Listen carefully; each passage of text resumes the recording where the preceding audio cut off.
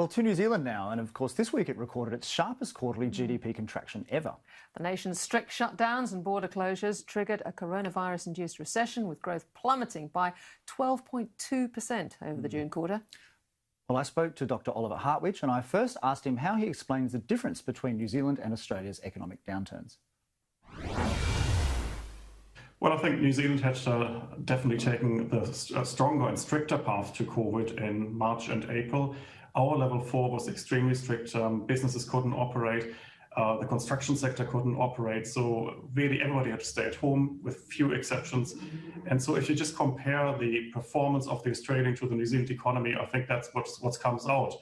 In Australia, you had much more economic activity, for example, around construction, whereas in New Zealand, simply nothing was possible at the time. So, of course, we had a stronger fall in GDP. And just for the third quarter, of course, we're almost at the end of the third quarter, both here and in New Zealand. There have been further lockdowns in Auckland, at least. What's the outlook for this third quarter in New Zealand? Nobody really knows. The latest I've seen on a local GDP estimate website had GDP for Q3 currently at minus 1.2%. But then again, we're flying blind because, as you say, we're getting our GDP figures quite late. We're among the last countries to report on Q2 figures now, and Q3, well, we'll have to wait until the end of the year until we really find out. So at the moment, really, the New Zealand economy is flying blind in a way. Yeah, just on the timing of those GDP figures, you said it's one of the last countries. That's certainly true. I thought Australia's figures were slow in coming out, but New Zealand's even slower, and yet a much smaller country. So why is it over there that the statistical agency is so tardy in releasing these figures? Well, that's a question that you should probably put to Statistics New Zealand. I think actually we should be reporting more often on these figures. We should be doing it more timely as well. But at least in New Zealand, we've got a very innovative project run out of Massey University. It's called GDP Live. And they are using big data and artificial intelligence to estimate GDP figures. And typically, they're quite correct in their estimates, except this crisis, of course, is even worse and probably worse for the best artificial intelligence algorithm to estimate. Just moving to the jobs market now, which is big news in Australia this week, because our jobless rate actually fell to 6.8% for the month of August, when everyone was expecting it would go up to 7.7%.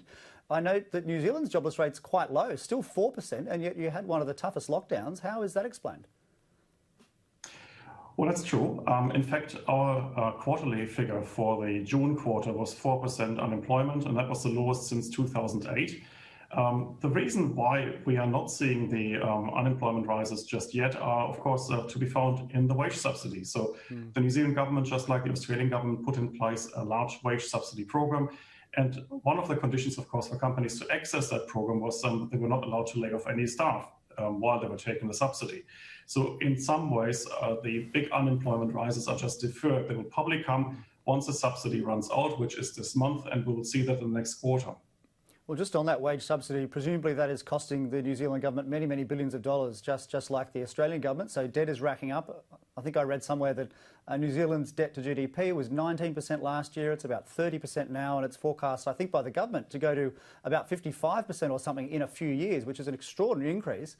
So my question is, has the government there had any trouble selling its bonds? Presumably this is all debt financed. Well, first of all, you're absolutely right. These are the debt projections we got from the government yesterday in the pre-election update.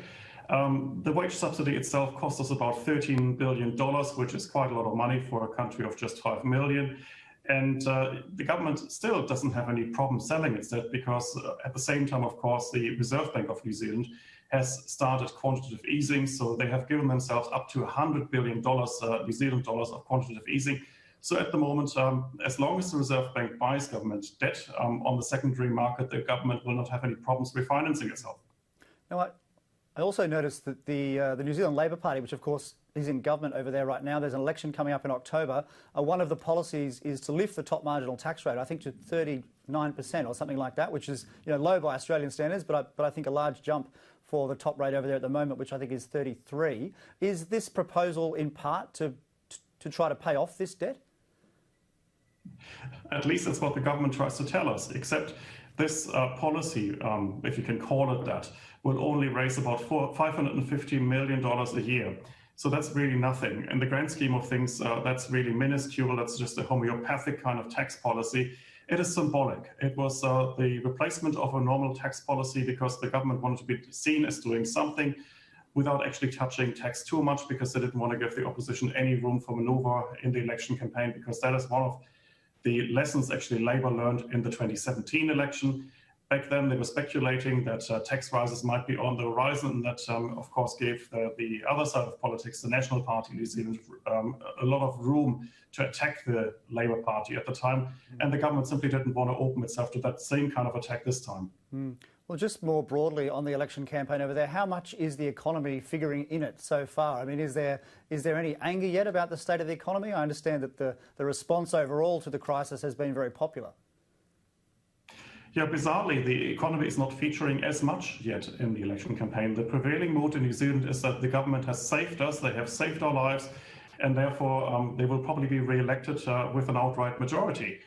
The election campaign so far has not really touched much on the economy. That might change after we now got the figures from Treasury and the GDP figures from Statistics New Zealand this week. It would finally give the election campaign a more economic flavor, which it deserves, because the figures we got, of course, of a 12% correction in one quarter are so stunning that I think we should really be talking about the long-term economic future of this country. OK, Oliver Hartwich, we have to leave it there. Thank you so much for your time. Thank you. Wow, so if Jacinda gets in, 33 to 39% income tax rate going up. Indeed, the opposite of what we're doing here. That's an interesting story.